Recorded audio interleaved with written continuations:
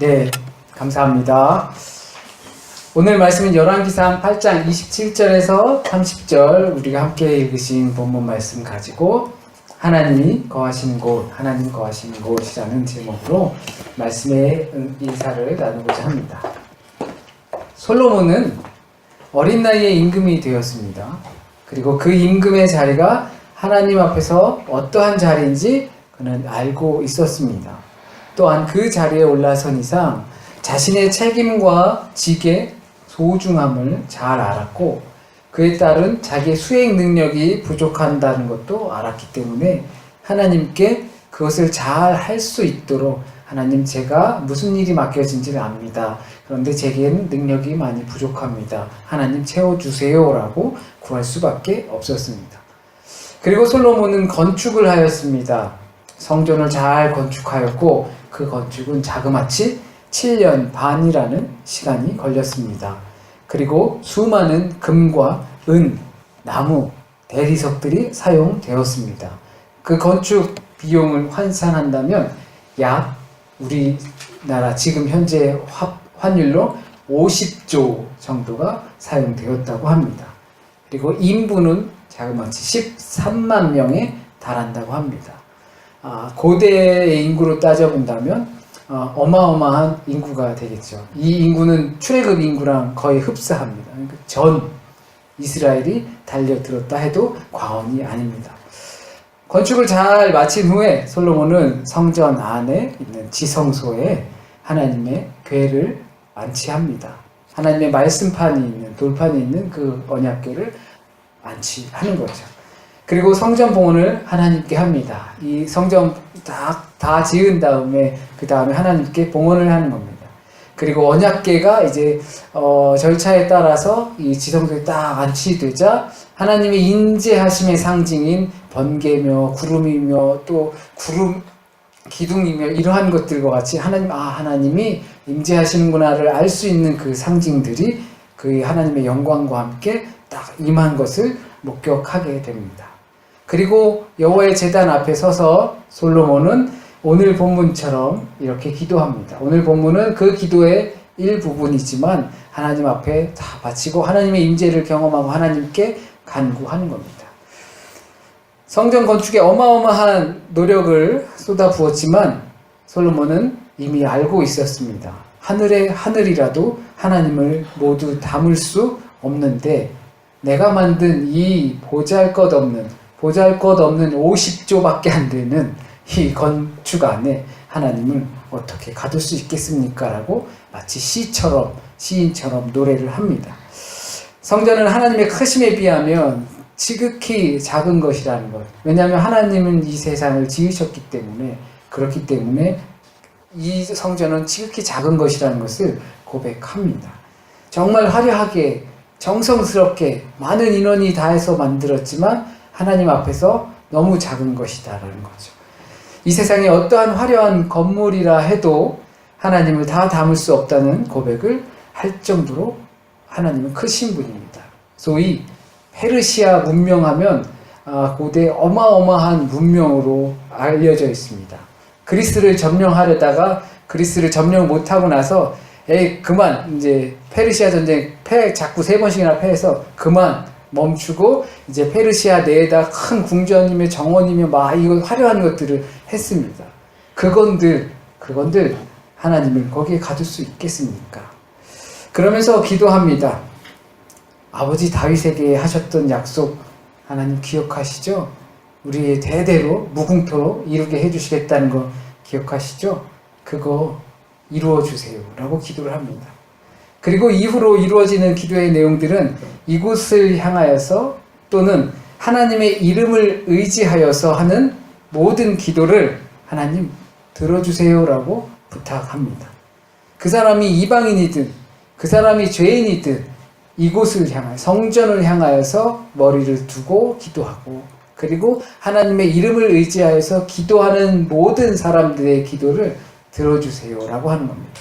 성전이 그만큼 중요하고 성전으로 향해서 보면 죄인의 죄도 씻기지 않겠습니까? 그렇게 해주세요 라고 기도를 합니다. 아름다운 성전을 짓고 이제 거기에 하나님을 모시고 아무리 우리가 비루하고 죄를 범하여도 그곳에 한번 가서 빌면, 그리고 그쪽을 보고 기도하면 하나님 들어주신다. 이러한 내용을 관철시키고 있는 겁니다. 일주일 또는 1년 동안 나쁜 사람으로 살다가 성전에 가서 기도하고 또는 성전에서 드려지는 제물을 드림으로써 죄를 용서함 받고 아무런 거리낌 없이 살아갈 수 있게 된다. 그렇게 해달라. 그런 부분이 들어있다고 보입니다. 성전에 들어가서 죄를 구하고 제물만 바치고 그쪽을 향해서 기도만 하면 내가 어떤 상태이든 하나님 들어주세요. 이만큼 우리가 정성을 들였지 않습니까? 방금 전에는 아이고 이거 작은 겁니다. 50조밖에 안 됩니다. 해놓고서 그래도 이 50조 안에 우리가 정성이 있으니까 하나님 이곳에 들어오거나 이곳을 향하거나 하나님의 이름을 의지할 때 주님 그 기도를 들어주세요 라고 하는 거죠. 비록 솔로몬이 하나님께서 여기 갇힐 수 없다고 고백했지만 그래도 사람들은 그곳에 들어가면 기도하고 그곳에 제물을 바치고 그곳을 향해서 또 하나님의 이름을 의지하면 용서함 받을 거야, 기도를 들어주실 거야 라고 생각하게 됩니다. 안 그렇다면, 그렇지 않다면 뭐하러 50조 그리고 13만 명 7년 반이라는 시간을 들여서 그 성전을 건축했겠습니까? 고대의 종교적인 특징은 그 안에 하나님이 있다고 믿는 것입니다. 다윗에게도 말했죠. 야, 성전 할 필요 없어. 내가 거기 갇히겠냐? 내가 그 안에 그보다 더 큰 거거든. 라고 하면서 회피를 하였습니다. 번제, 화목제, 속죄제, 속건제, 우리가 지난 한 주간 동안 보셨죠. 죄의 용서를 구하고 하나님과 인간과 인간의 관계를 회복하기 위해 제물을 드리고 용서함을 받은 가벼운 마음으로 나가는 겁니다. 그렇게 생각했습니다. 1년을 어떻게 살았는지 모르고 한 주간을 어떻게 살았는지 모르고 하루를 어떻게 살았는지 모르지만 그곳을 향해서 그렇게 우리가 해야 할 바를 하고 나면 가벼운 마음으로 나갈 수 있다고 믿었습니다. 이것을 우리는 소위 현대교회의 건축과 교회의 정체성 그리고 우리가 드리는 예배 가운데서도 발견할 수 있습니다. 분명 그런 요소가 우리에게도 있습니다. 교회에서 예배 드리고 또는 은혜 받고 교우들과 교제하면서 조금은 인내하는 법도 배우고 때로는 깨우치며 또 다른 삶의 희망을 보며 나가는 거죠. 그러니까 예수께서 자신이 의사라고 하신 겁니다. 그런 사람들의 마음이며 육체며 환경이며 위로며 이러한 것들을 예수께서 고치시고 다시 나가는 겁니다. 비록 솔로몬은 하나님을 이렇게 작은 공간에 가둘 수 있겠습니까? 하였지만 성전 중심 종교라는 이름하에 하나님을 그 작은 방 안에 가두고 말았습니다. 원래 그것은 아니었지만 사람들의 욕망이 하나님을 그곳에 가두어서 그곳을 두고 머리를 향하면 그곳에 의지하면 그곳에서 행하는 행위를 따라하면 그러면 하나님께서 우리를 용서하실 거야. 우리의 기도를 들어주실 거야. 그러나 이것은 예수 그리스도를 통하여서 휘장이 찢겨져 나가고 바울을 통하여 우리의 몸이 거룩한 전이라고 말하여졌습니다. 그런데도 우리는 보이는 교회와 공동체를 솔로몬의 성전처럼 여기는 습관이 남아 있습니다. 솔로몬의 성전은 바벨론 포로로 넘어가면서 초토화되었고 그러면서 그들은 깨달았습니다. 참된 성전 신앙이 무엇인지. 무소부재하시고 전지전능하신 분께서 어떻게 이 공간 안에 계시겠습니까? 그렇게 하면서도 그렇게 종교개혁이 이루어졌으면서도 그것을 알면서도 또 다른 성전을 우리는 만들어서 탈출하신 하나님을 거기에 가두려고 합니다. 여기만 계세요. 내가 여기를 향해서 뭘 하면 하나님 들어주세요. 한편으로는 솔직한지도 모릅니다. 우리가 갖고 있는 그 연약함을 인정하는 거죠.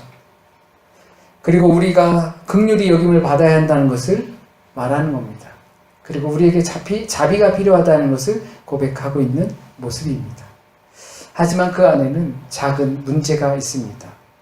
우리가 워낙 연약하고 긍휼히 여김을 받아야 하고 하나님의 자비가 필요하여서 하나님 그 성전을 향해서 또 머리도 그쪽을 향해서 그냥 형식을 따라 하기만 해도 우리에게 죄사함과 우리에게 자유함이 얻어졌으면 좋겠다라는 그러한 연약한 마음, 형식에 갇힌 성전 신앙이 있는 것이 우리이지만 그럴 수도 있는 겁니다.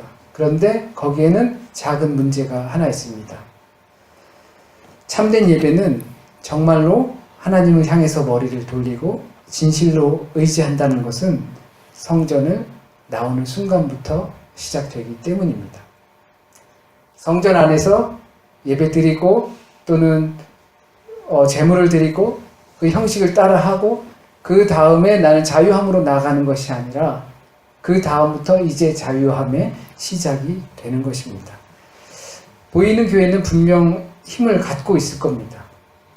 교회를 보면서 들어올 때 그 기대감, 나는 그리스도인이지, 나는 하나님의 아름다운 사람이지, 잊고 살아서도 그 교회를 보면서 또는 여행 중에라도 아마 그런 생각들을 하실 겁니다. 보이는 교회 건물은 그러한 힘이 분명히 있을 거라 생각합니다. 물론 교회 안에서 범죄하는 사람들도 있겠죠. 소위 그것을 화인 맞았다라고 하겠죠, 양심에. 교회 안에서 도둑질하는 사람이 있을 거고, 교회 영화를 보니까 교회 헌금을 이렇게 내는 척하면서 헌금 바구니에서 돈을 빼가기도 하는 거고, 얼마나 힘들면 그러겠어요. 교회 안에서 목사님이라는 사람들이 흉악한 짓들을 하기도 하고, 그러나 그것보다 많은 부분이 교회를 보면 내가 그리스도인이지, 나는 하나님의 아름다운 사람이지를 다시 지각하게 하는 힘이 교회 안에 분명히 있습니다. 저도 이 가운을 주일마다 꼭 입고 목회적인 일을 할 때마다 또 목회자 셔츠를 입고 하는 것은 누군가에게 영향력을 끼치려는 것이 아니라 제가 그 영향력을 입으려고 하는 것입니다. 그러나 그것이 교회 중심 신앙이 아니라 교회를 나가는 순간부터가 더 중요하다는 것을 우리는 절대 잊어서는 안 됩니다. 물론 그것은 작은 문제입니다.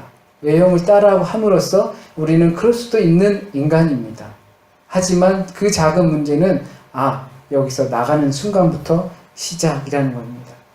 1시간의 예배가 끝나는 이유가 더 중요합니다. 저로서는 제가 가운을 벗는 그리고 셔츠를 벗는 순간이 더 중요한 예배의 순간이라는 겁니다. 거기서부터 주께서 주시는 자유함을 그리고 구원함을 느끼고 또 체험하고 시작해야 되는 것입니다. 그것이 성전 중심의 신앙입니다. 거기가 하나님 거하시는 곳입니다. 여기다 하나님 두고 하나님 만나러 오지 마시고 내가 눕고 내가 자고 내가 먹고 내가 이야기하고 그런 곳이 여러분의 성전이길 바랍니다. 거기서 하나님을 향하고 하나님의 이름을 의지하시기 바랍니다. 우리가 서 있고 눕고 앉고 먹고 하는 곳 하나님 계신 곳입니다. 그곳에서 솔로몬의 성전처럼 모든 정성을 다하여서 여러분의 하나님의 집을 지으십시오. 하나님의 이름이 거기에 거할 수 있게 된다면 그곳을 향한 기도 하나님께서 들어주실 줄 믿습니다. 거기서 하늘의 응답이 있을 줄 믿습니다. 여러분의 있는 자리가 거룩한 하나님이 거하시는 곳입니다. 우리 함께 찬양하시고 내 안에 가장 귀한 것 찬양하시고 성만찬 함께 하시겠습니다.